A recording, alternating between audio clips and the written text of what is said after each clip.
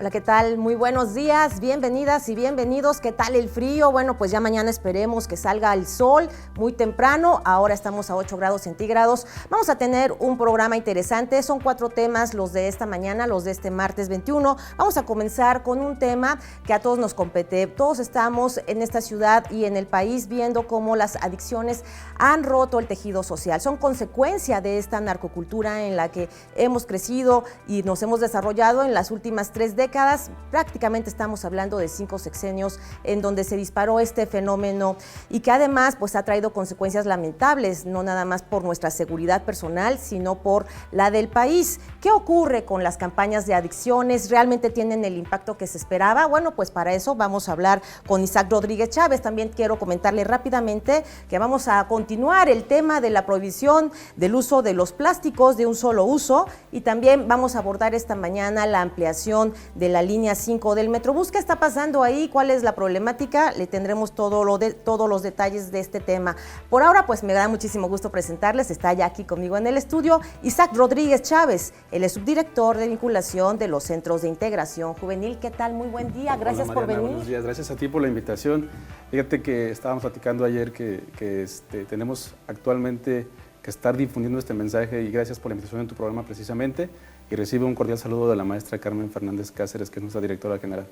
Excelente, pues a ver cómo va la campaña contra las adicciones. Sabemos que es una prioridad urgente en nuestro país. ¿Quién no ha visto chicos y chicas que están inhalando estas sustancias tóxicas que además tienen daños irreparables en el organismo y que usted sabe las condiciones en las que están? Muchos de ellos salen de casa o son expulsados de casa por distintos problemas que tienen a nivel social y terminan con estas adicciones. Y esos son los visibles, pero hay otras adicciones que quizá no las vea o no se vean tanto, pero hay personas, por ejemplo, adictas a la cocaína o a otras sustancias que lamentablemente sí llegan a tener, pues inclusive hasta problemas cardíacos, problemas en las arterias y una serie de, pues digamos que consecuencias lamentables por el uso constante de estas sustancias.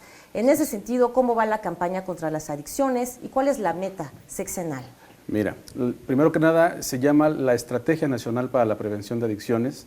La estrategia es una instrumentación y articulación de muchos actores, instituciones del gobierno, instituciones también privadas, sociedad civil y comunidad en general, que lo que pretende es esto, recobrar, construir el tejido social. Centros de Integración Juvenil forma parte de estas instituciones que colaboran y lo que estamos haciendo actualmente es precisamente llevar muy a territorio, muy hacia la gente, estrategias preventivas. Es decir, tratamos de llevar alternativas que le den a las juventudes, a los adolescentes, a los niños, a las niñas, otro tipo de situaciones que no tengan que ver con esto que mencionabas al principio, ¿no? La narcocultura que se ha visto últimamente en los años. La estrategia tiene un fin y este fin es que todos podamos articular acciones y que todos trabajemos juntos por la paz, como dice la estrategia, para poder con lo que cada institución aporta, poder generar este cambio dentro de la sociedad. Más bien con los niños, con las niñas, con los adolescentes y con las juventudes de nuestro país. ¿Cuál es el censo de los centros de integración juvenil? ¿Cuál es el alcance en números, en personas? Son seres humanos que necesitan ayuda y atención. Sí, bueno, Centros de Integración Juvenil se conforma por una red operativa de 120 unidades, 11 de ellas son unidades de hospitalización y anualmente atendemos a más de 10 millones de personas en prevención y más de 120,000 usuarios en atención de tratamiento. De estos 120,000 usuarios, ¿cuáles sí llegan a concretarse? ¿Cuáles llegan a limpiar por completo su organismo y a mantener una vida sana después del tratamiento? Mira, tenemos, de acuerdo a nuestro sistema de información, que más del 70% sale con una mejoría. Sin embargo, recuerda que las recaídas son parte de este proceso de tratamiento. Entonces, las adicciones se tratan de manera integral, sin embargo, siempre va a estar latente una recaída en los pacientes, ¿no?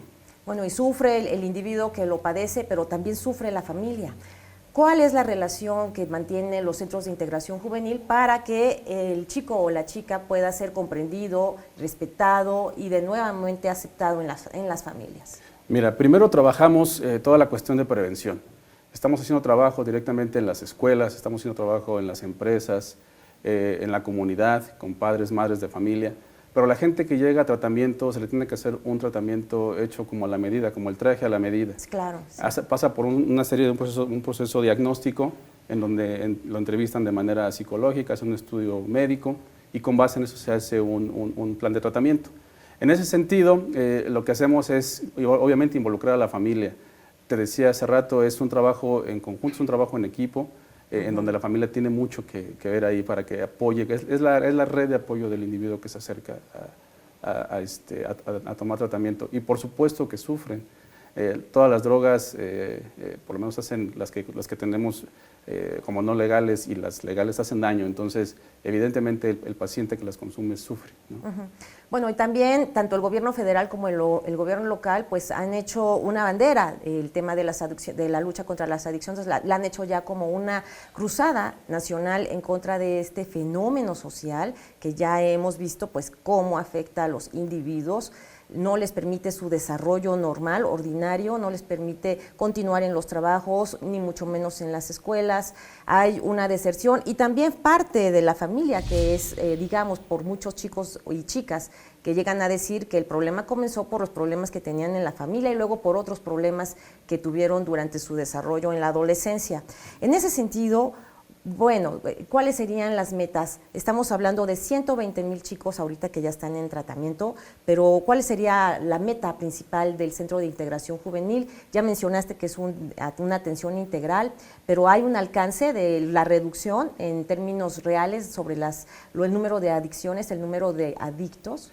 Evidentemente, mira, lo que trabajamos acá en Centro de Integración Juvenil es, como te decía, es un trabajo integral, pero tenemos que enfocarnos mucho en la familia. Hemos visto que se ha roto mucho estos valores que desde casa o se involucraban anteriormente. Entonces veíamos que las campañas tienen que ir muy enfocadas, sí, a los jóvenes y a los adolescentes, pero enfocar mucho en los adultos, quienes son los que ya toman las decisiones, y sobre eso que baje en cascada. Es decir, lo que tenemos que trabajar con los adolescentes son más bien talleres que impacten, talleres que desarrollen habilidades sociales, y con la gente adulta pues informar. Sabemos que ellos ya tienen la capacidad de poder decidir, ellos sabrán si consumen o no, pero con base en una información. Lo que no queremos es que nuestros niños y nuestros adolescentes lleguen a consumir pues cualquier tipo de droga. Y respondiendo a tu pregunta, tenemos la encuesta nacional de drogas, de alcohol y tabaco, y en ella se menciona que hay un total de 71% de personas en México que consumen alcohol. De ese total, el 80% son hombres y 62% son mujeres. Alcohol, hay gente que consume tabaco, hay 14.9 millones de personas que consumen tabaco. De esos 14.9 millones, 11 son hombres y 3.8 son mujeres. Es decir, las tendencias siempre van a la alza. Y lo que queremos es precisamente reducir eso, que la gente ya no exista tanta demanda de adicciones en nuestro país. Entonces, las principales drogas serían el alcoholismo, el tabaquismo. Las legales. Y, bueno, las sustancias que también son ilegales. La marihuana. Bueno, en fin, la marihuana siempre hay controversia con eso. Muchos dicen que no hace absolutamente ninguna adicción. Científicamente no está comprobado que así sea. Sin embargo, hay una polémica también incluso en la comunidad médica de algunos médicos que insisten en que sí. Pero bueno, hay problemas, hay personas que mueran por marihuana, por ejemplo. Pues más bien lo que estamos haciendo con la marihuana es informar. Te repetía, te lo repito y te lo decía al inicio, ninguna droga, todas las drogas hacen daño, y en el caso de las ilegales pues también, ¿no? Entonces lo que hacemos es informar, es informar sobre los daños y consecuencias que tienen las drogas, incluyendo la marihuana, y ya lo que la gente adulta tiene la posibilidad de decisión es consumirla o no. Pero te repito, no queremos que ni los niños, ni las niñas, ni los adolescentes lleguen a consumir ningún tipo de sustancia y mucho menos las drogas ilegales. Por supuesto que no, y además lo que quisiéramos es que terminaran sus tratamientos y pues verlos con éxito, incorporarse a la vida laboral o a la vida estudiantil, regresar a la academia, pero muchas veces en sus propios hogares hay violencia o hay otro tipo de problemáticas que los empujan también justamente a no estar en casa. Así es. Pues mucho de lo que vemos es eso.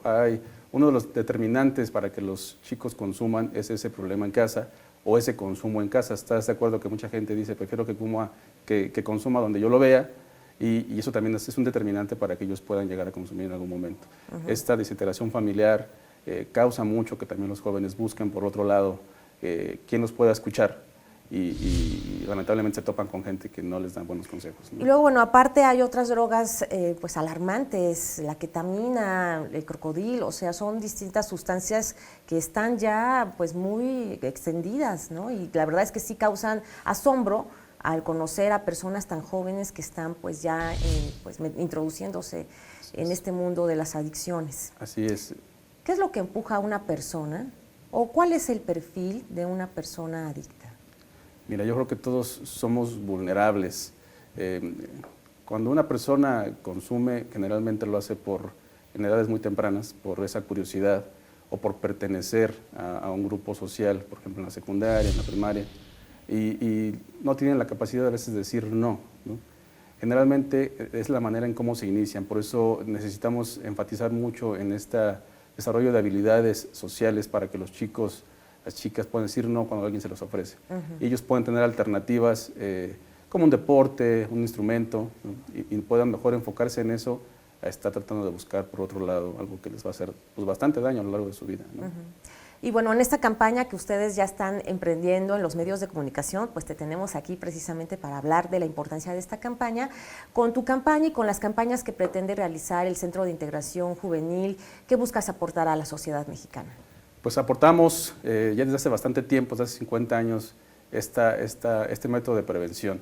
Te repetía, la campaña, y como formamos parte de ella, pretende reconstruir el tejido social, pretende llevar alternativas de salud a la población directamente en territorio, estar constantemente con la gente de la comunidad, llevándole servicios médicos, información de servicios aparte de lo que hacemos en tratamiento y prevención, opciones de deporte, de música.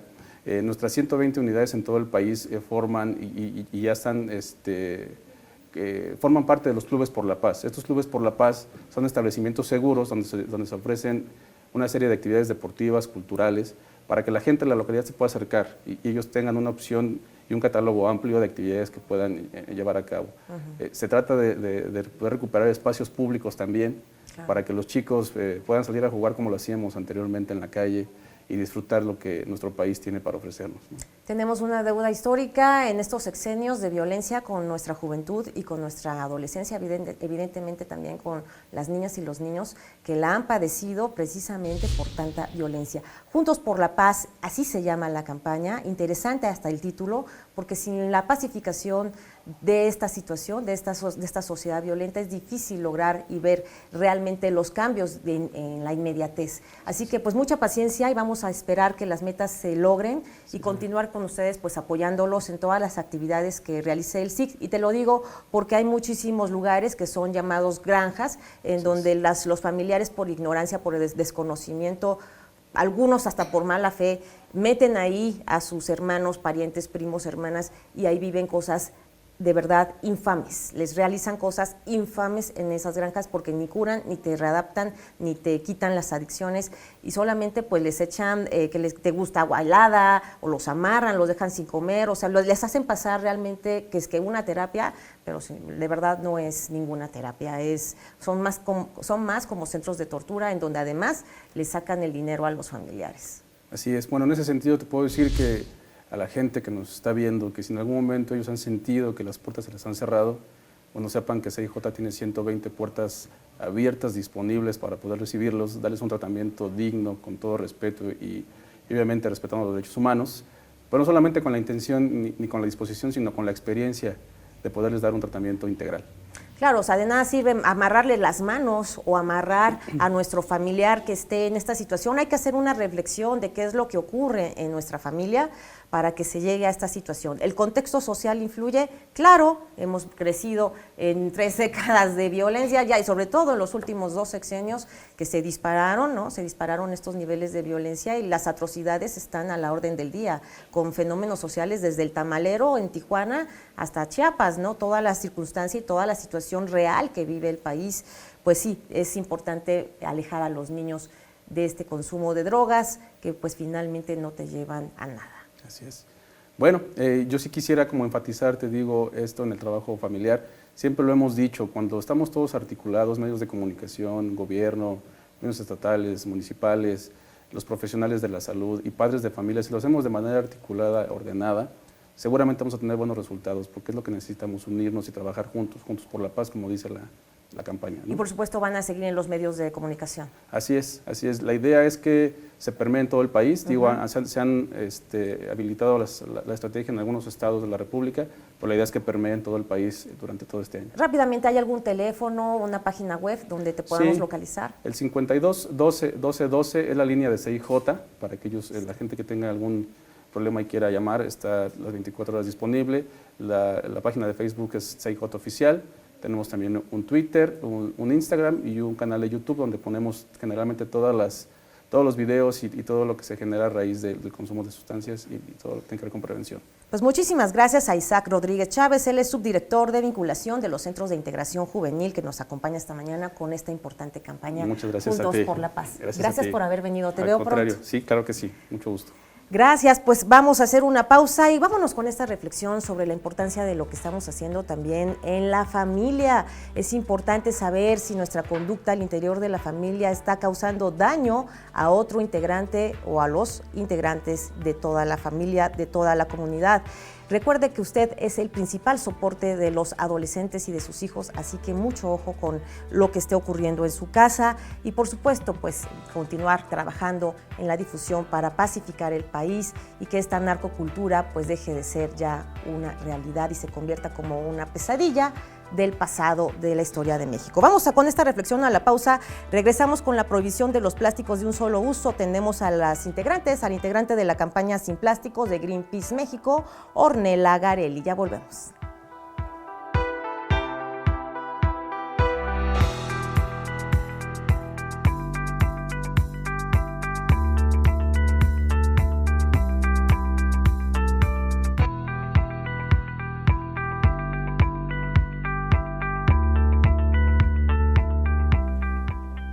Ya estamos de vuelta aquí en Agenda y Contexto con un tema importante. Usted recordará que ya hace unos días se aprobó la prohibición del uso de plástico aquí en la Ciudad de México. ¿Por qué? Pues simplemente por la contaminación y las consecuencias que hemos provocado en nuestro entorno y en el planeta entero.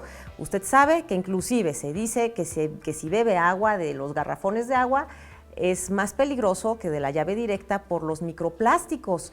Además, ya hemos visto videos virales en todo el mundo en donde están las tortugas asfixiadas con los plásticos enredados en el cuello o los peces adentro de botellas de plástico. Imagínese usted qué terrible caer en una trampa de estas como seres vivos y lo que le estamos ocasionando a toda la fauna marina y a todas las especies, a los corales, en fin, o sea, realmente estamos provocando una tragedia, un desastre que se suma además, por ejemplo, a la terrible historia de Australia, con todos los canguros, koalas y toda la fauna y la vida silvestre que existía y que, bueno, los incendios arrasaron. Se dice también que el cambio climático está afectando de tal modo. Hay una organización que desde hace años ha luchado en todo el mundo y que se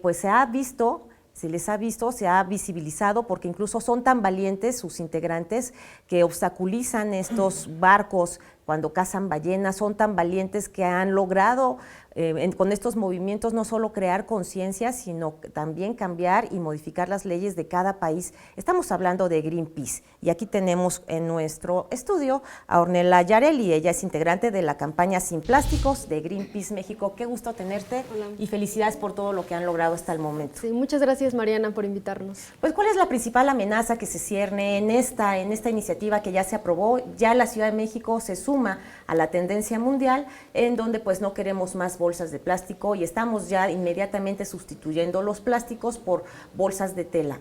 ¿Cuál es la principal amenaza hacia esta aprobación que ha sido pues recientemente por el Congreso de la Ciudad de México? Sí, claro. Para empezar, nosotros desde Greenpeace, así como desde la Alianza México Sin Plástico, que es una alianza conformada por alrededor de 184 organizaciones de la sociedad civil de todo el país, que estamos buscando llegar a la prohibición de los plásticos de un solo uso, no solo de las bolsas, Consideramos que esta medida adoptada por la Ciudad de México es sumamente importante para la salud de nuestro planeta. ¿Por qué? Por cosas como las que tú ya mencionabas. Alrededor de 13 millones de toneladas de residuos plásticos se vierten al año en nuestros océanos, afectando a más de 700 especies marinas y 1 millón de aves, ¿no? Así los datos continúan incluso para nuestro país. Aquí en México, en un estudio que realizamos en Greenpeace el año pasado, encontramos que 1 de cada 5 peces comerciales, es decir, peces que consumimos las y los mexicanos, contienen microplásticos en sus estómagos. Entonces, de ahí la importancia de tener medidas como estas y de garantizar que continúe. Mencionabas cuál es uno de los principales peligros que enfrenta esta medida. Pues bueno, en las últimas semanas hemos visto por parte de la gente una reacción muy positiva. Al parecer las personas en la Ciudad de México están apoyando esta medida, así como también los medios de comunicación que nos han recibido, que nos han dado la voz, también tienen una actitud positiva hacia esto. ¿Por qué? Porque les importa el cuidado de nuestro planeta. Sin embargo, algunos sectores de la sociedad han estado realizando acciones para evitar que esta prohibición mantenga su vigencia. Ante esto, bueno, nosotros nos hemos estado movilizando para que la industria del plástico, que es uno de estos sectores, pues entienda la importancia de proteger nuestro planeta y no busque bloquear esta medida. ¿De qué forma lo han hecho? Bueno, hemos escuchado de movilizaciones frente a la SEDEMA, incluso han promovido amparos. Nosotros tenemos información de que se han ingresado 4 amparos en contra de esta medida y uno de ellos ha sido promovido por Nestlé, o sea, un gigante de la industria de la alimentación. Bueno, ¿y tú crees que esto ponga en riesgo la iniciativa que ya fue aprobada? Pues esperemos que no. Justamente es una oportunidad para el gobierno de la Ciudad de México demostrar que pues existe procuración, ¿no?, en la defensa de nuestros derechos a un medio ambiente sano, porque detrás de esta prohibición de plásticos de un solo uso está la defensa del derecho humano, del derecho de todas las y los capitalinos a un medio ambiente sano. Y por supuesto, lo que mencionas que es impactante, ustedes ya descubrieron que los pescados que se come la gente en los supermercados, que los compra o en los mercados, tienen microplásticos en el estómago. Exacto. Y retomando lo que mencionabas hace rato sobre el agua, en efecto, se han hecho estudios sobre la presencia de microplásticos en diversos tipos de agua para beber, ¿no? El agua de grifo, el agua embotellada, el agua en garrafón, y de todas estas, el 90% de las marcas mundiales estudiadas de agua embotellada tenía microplásticos, incluidas marcas que se venden en México. Entonces, el agua embotellada es una de las principales fuentes de microplásticos. El agua en garrafón tiene un poco menos y el agua de grifo mucho menos. Sí. Bueno, ahí tiene esos datos importantísimos para que los tome en cuenta en su consumo. Hay que también ser consumidores responsables en ese sentido. Bueno, mencionas una poderosísima marca, ¿no?, que es una transnacional importantísima en todo el mundo, pues es líder en sus productos en el mercado, están en todas las tiendas y en todos los países del mundo, y hasta en, digamos que en la ranchería más alejada, ahí encontramos estos productos de esa marca. ¿Qué se puede hacer? Ellos ya se ampararon. ¿Cómo va a proceder ahora, pues ustedes en Greenpeace? Y de algún modo, ¿cuál es la esperanza que ustedes tienen en el actuar de las autoridades capitalinas? Sí, claro, pues con Nestlé, Greenpeace, no solamente aquí en México, sino a nivel internacional, hemos estado ejerciendo presión, no solamente para que reduzca su uso de plásticos de un solo uso, que no son solamente bolsas, sino también envases, botellas y otro tipo de empaques de plásticos de un solo uso que utilizan en todo el mundo, ¿no? Entonces, recientemente, hace que la semana pasada, un par de días, Nestlé anunció a nivel internacional una inversión millonaria para promover el reciclaje. Anunció una inversión de alrededor de $1.800 millones para trabajar en el desarrollo de empaques sustentables a partir del reciclaje. Entonces, a nosotros nos parece una contradicción, nos parece que Nestlé sigue promoviendo solamente un discurso verde, entre comillas, pero en la práctica no lo cumple. ¿Por qué? Porque, bueno, viene a países como el nuestro y busca contrarrestar estas medidas de prohibición de plásticos de un solo uso que ya están vigentes. Bueno, y es que todo tiene plástico, o sea, usted va al supermercado y hay un producto cualquiera que usted elija, viene en plástico sobre otro plástico y aparte las bolsas de plástico, ya es demasiado plástico, pero estamos hablando de que ellos perderían estas industrias que pues se dedican a los plásticos, no nada más a la fabricación, sino que necesitan productos plásticos para envasar sus productos. Estamos hablando de que podrían perder millones de dólares. Sí, es uno de los argumentos de la industria del plástico en contra de esta medida, la pérdida de empleos, la pérdida de de millones de dólares, como dices, porque representa también cierto porcentaje de nuestro PIB nacional. Sin embargo, el desarrollo económico no debe estar peleado con la protección ambiental, ¿no? El modelo de crecimiento económico que hemos mantenido hasta ahora ha estado basado en la destrucción de nuestro planeta. Y en estos momentos, como humanidad, nos enfrentamos a una crisis ambiental a escala planetaria, ¿no? Ya lo mencionabas, el cambio climático ya está siendo presente en la vida de todos. Lo vimos en Australia, lo vimos en la Amazonía, pero también en el país, ¿no? El año pasado tuvimos sequías en gran parte de los estados, incluido Veracruz, que es de donde yo soy, ¿no? Y lo vivimos ya. Claro. Entonces, el cambio climático se suma a la pérdida de la biodiversidad. Nunca antes en la historia habíamos tenido niveles de pérdida de especies tan grandes como hay ahora, ¿no? 1 millón de especies están en peligro de extinción. Decimos 1 millón, pero cada especie incluye miles o millones de animales. Entonces, es una crisis. Y la contaminación por plásticos agrava esta problemática.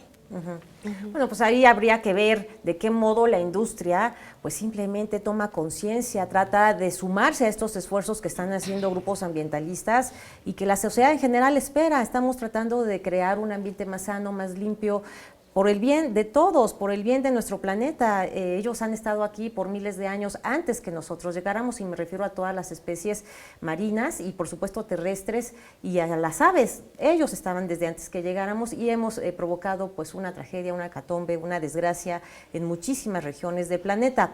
Y lo peor de todo es que hay personas, líderes mundiales, pues que niegan el cambio climático, niegan esta situación, estos niveles de alarma que son reales. La contaminación es real, la vida marina sí está en riesgo y con ello pues también nosotros como humanos.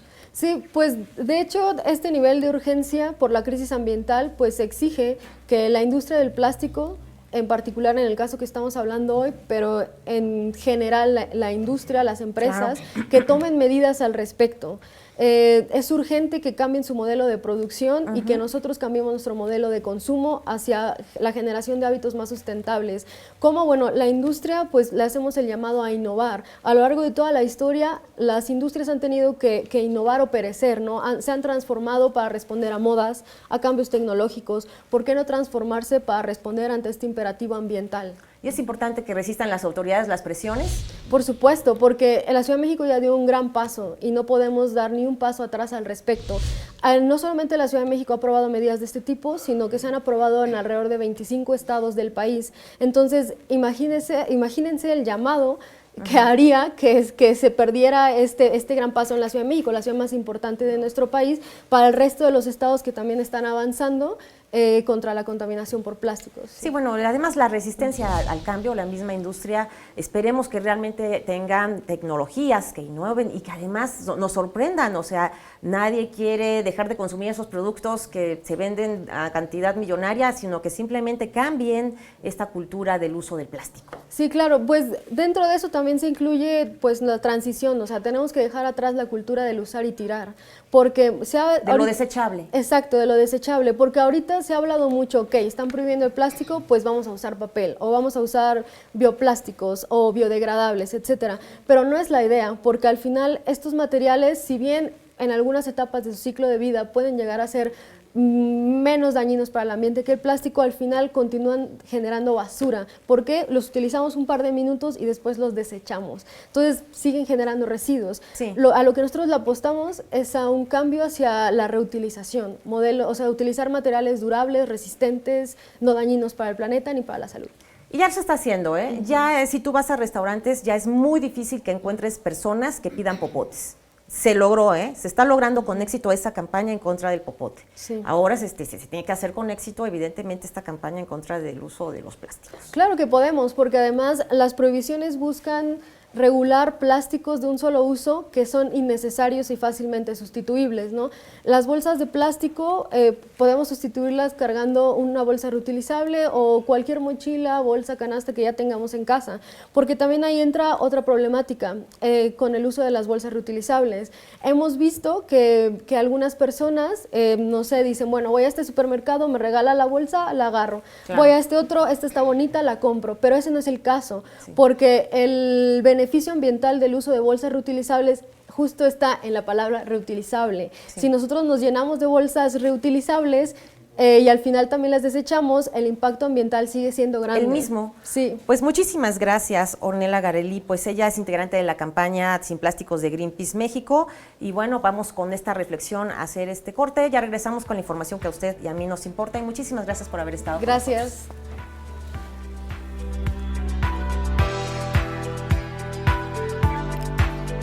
Gracias, Ornella.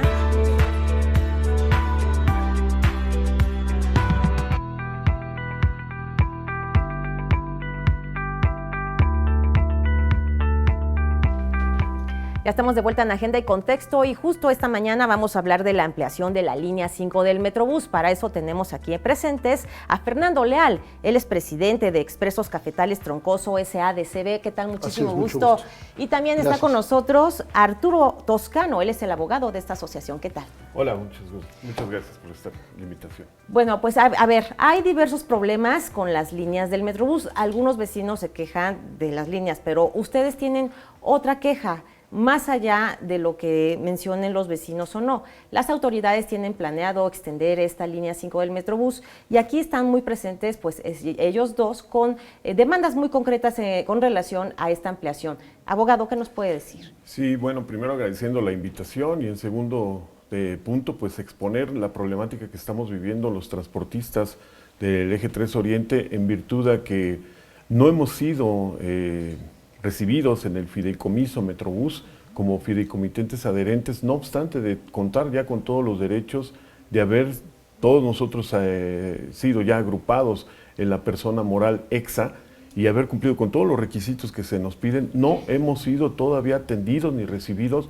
por la autoridad de Metrobús.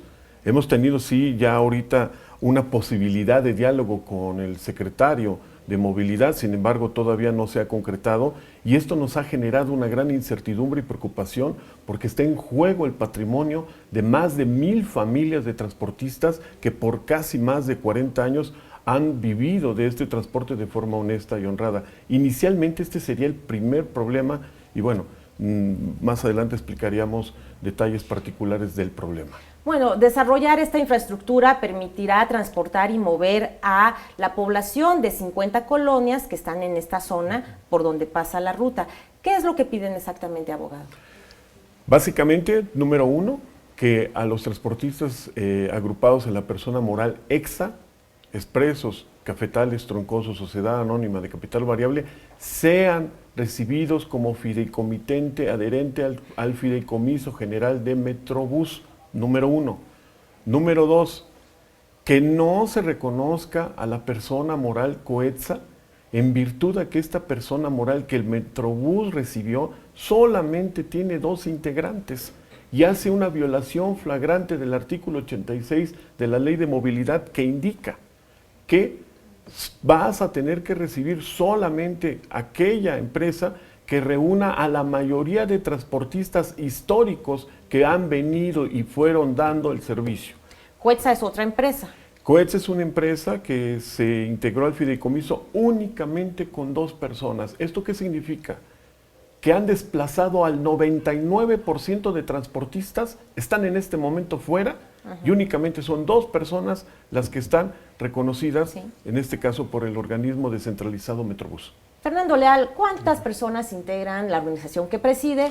Y además, ¿cuál es, digamos, que el objetivo principal para ellos? Mire, estamos agrupados 242 compañeros de ambas rutas, 12 y 108.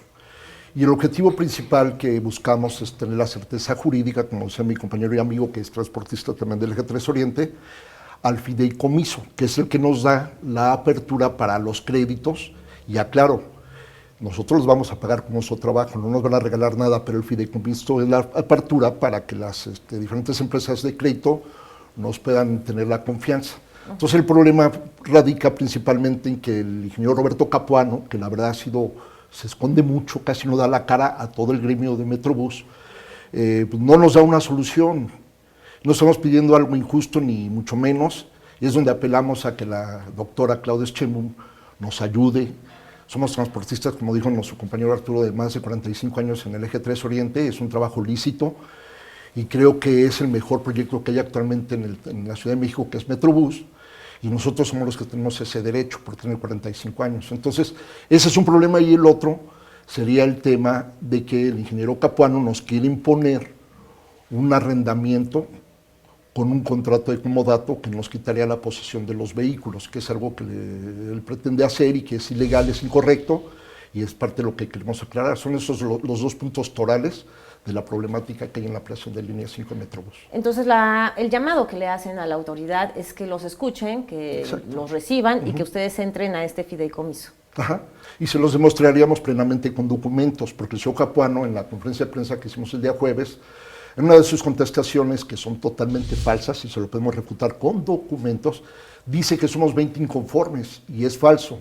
El 21 de noviembre del año pasado, tanto a Gobierno Central, a la señora Rosa Isela Rodríguez, al señor Roberto Capuano y al señor Andrés Layú, secretario de Movilidad, les ingresamos un documento con las peticiones respaldado con el acta constitutiva protocolizada, donde viene bien claro que somos 242 compañeros ya firmados con sus fotos y todo lo que es el protocolo. Son conductores de vehículos, ¿no? Somos propietarios, Choferes, concesionarios. Concesionarios. Concesionarios, sí, los conductores aquí no tienen nada que ver, somos concesionarios de la ruta desde hace más de 40 años.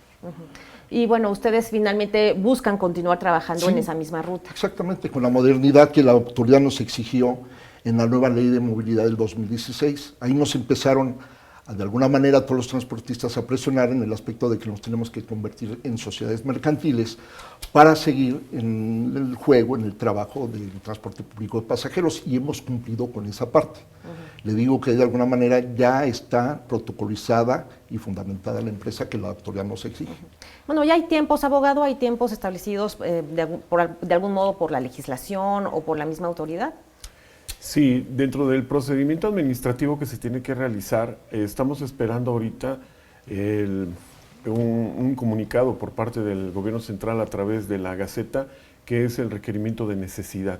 A partir del requerimiento de necesidad, donde se solicita ya a los transportistas que se incorporen con la empresa correspondiente a poder cubrir las condiciones que van a pedir a través de una concesión, es entonces cuando ya tenemos que estar nosotros previamente dispuestos ya en el fideicomiso. ¿Esto qué significa?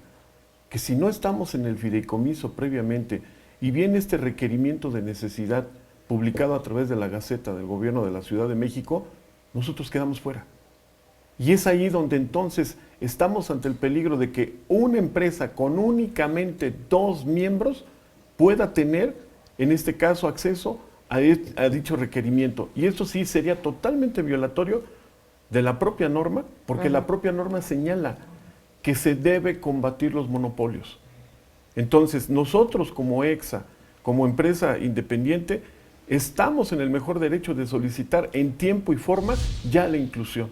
Y esta inclusión no la hemos pedido apenas el día de ayer. Tenemos meses solicitando de manera reiterada y respetuosa dicha incorporación conforme a derecho. Y sin embargo, hemos tenido el silencio administrativo. Y aunado a eso también tenemos algo que tenemos que resolver y que es también desde nuestra visión y punto de vista jurídico, que es ilegal la imposición de los comodatos y los arrendamientos porque el organismo descentralizado Metrobús no cuenta con las facultades jurídicas para imponerle a esta empresa esas condiciones, porque estaría en violación de lo que se va a llamar el derecho a la autonomía de contratación que tiene cualquier persona moral. Bueno, pues estaremos pendientes, vamos a dar seguimiento a este caso muy puntual para saber cómo se van desarrollando los hechos. Así que, bueno, estaremos en contacto con ustedes. Muchísimas gracias por su valiosa participación. Las agradecemos a ustedes. Bueno, ellos son Fernando Leal y Arturo Toscano, de Expresos Cafetales Troncoso SADCB. Vamos a hacer una pausa, regresamos con la información que a usted y a mí nos importa. Ya está aquí en el estudio Luis Werman y hoy nos trae un tema interesante: cómo monitorear a nuestros niños y niñas en casa ante la violencia, y para conocer precisamente qué es lo que pasa con ellos y tratar, pues finalmente, de amarrar y blindar mayor seguridad para nuestras familias. No se vaya.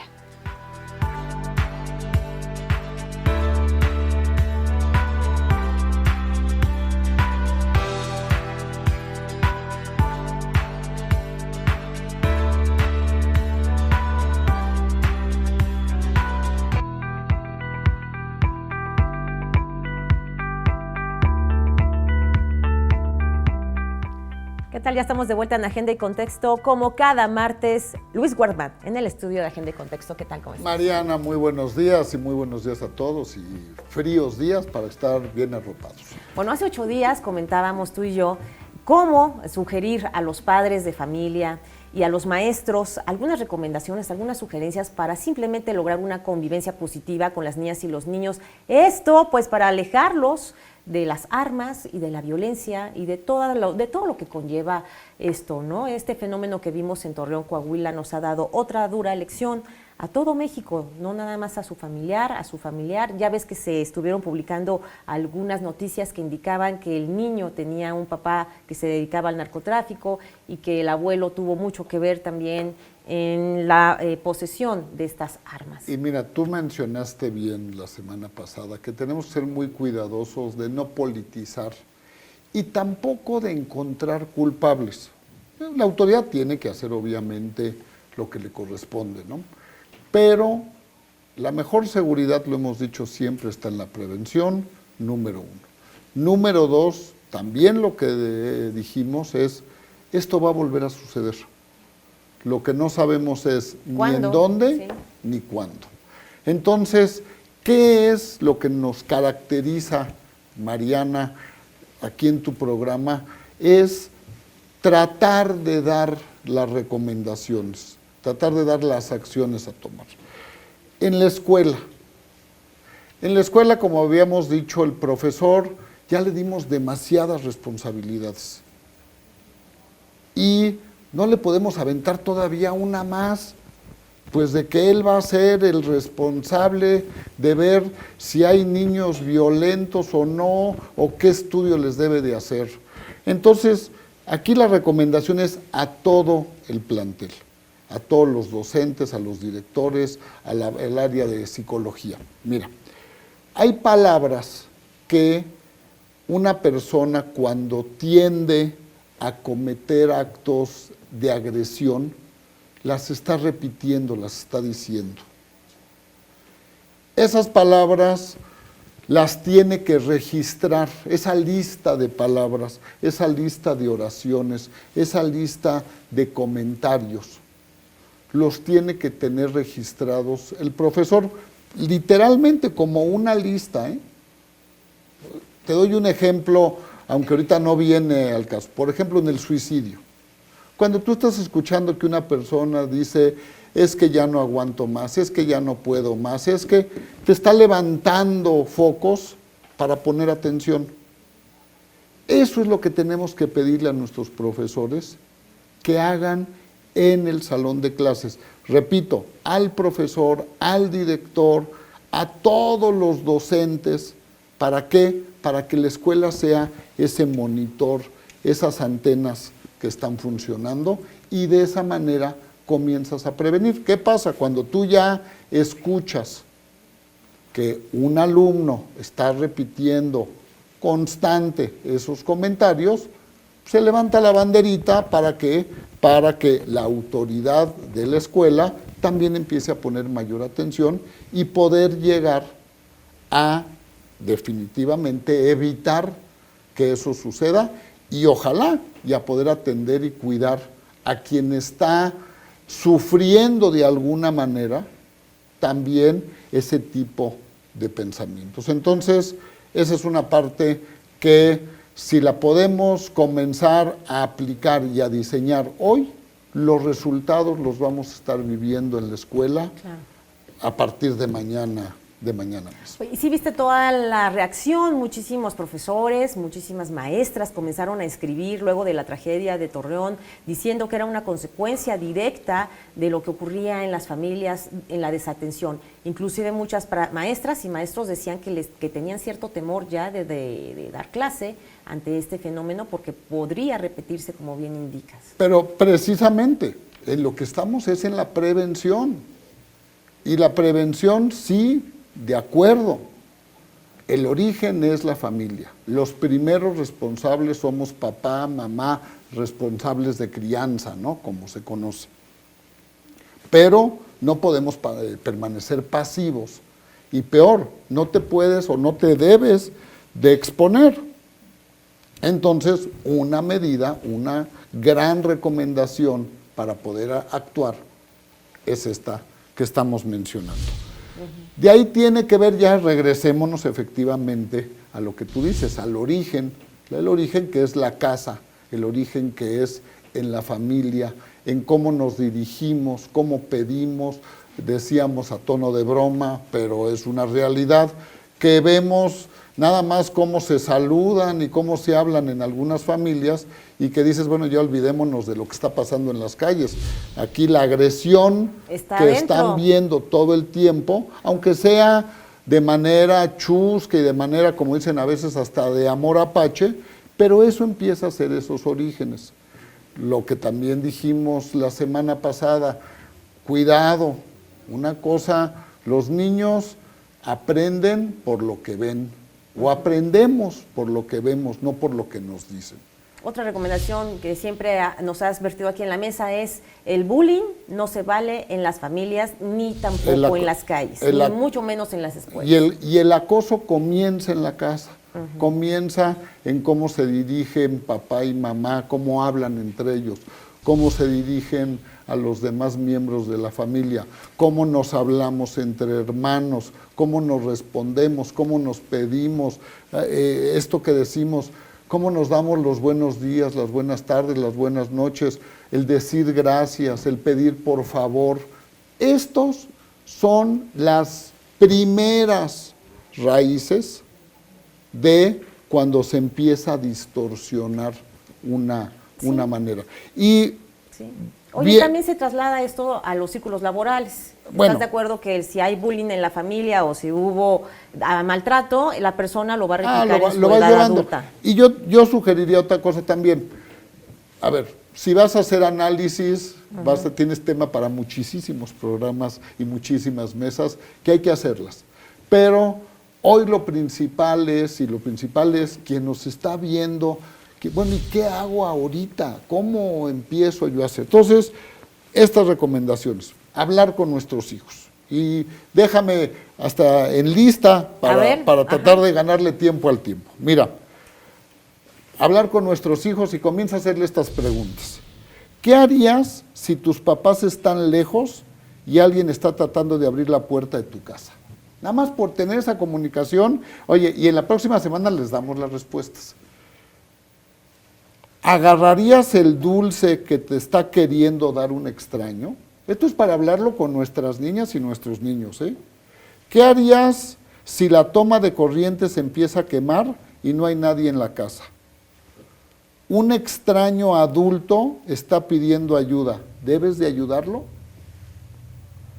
¿Qué haces si estás siendo amenazado por una manada de perros callejeros? Son 5 preguntas ahí básicas. Bueno, son más, déjame nada más decir. Acabas de conocer a alguien de tu misma edad. ¿Deberías de ir a su casa si te invita? ¿Qué debes hacer si hueles a gas en la casa? Si estás esperando el elevador y llegan unos extraños, ¿debes de meterte con ellos al elevador?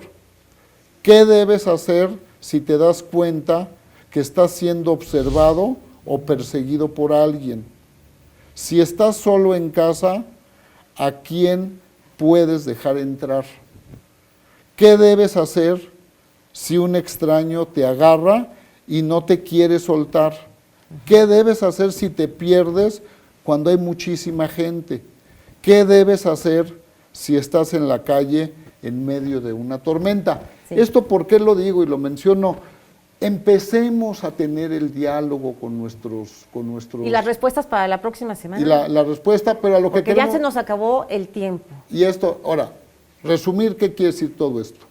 Confianza en ellos mismos, en sí mismos. Y apoyo de nuestra parte es la mejor formación que le podemos comenzar a dar a todos los niños. Pues muchísimas gracias, Luis, se nos agotó el tiempo, ya viene Alex González con el corte informativo. Pues gracias a usted, yo lo veo el día de la mañana a las 10 de la mañana.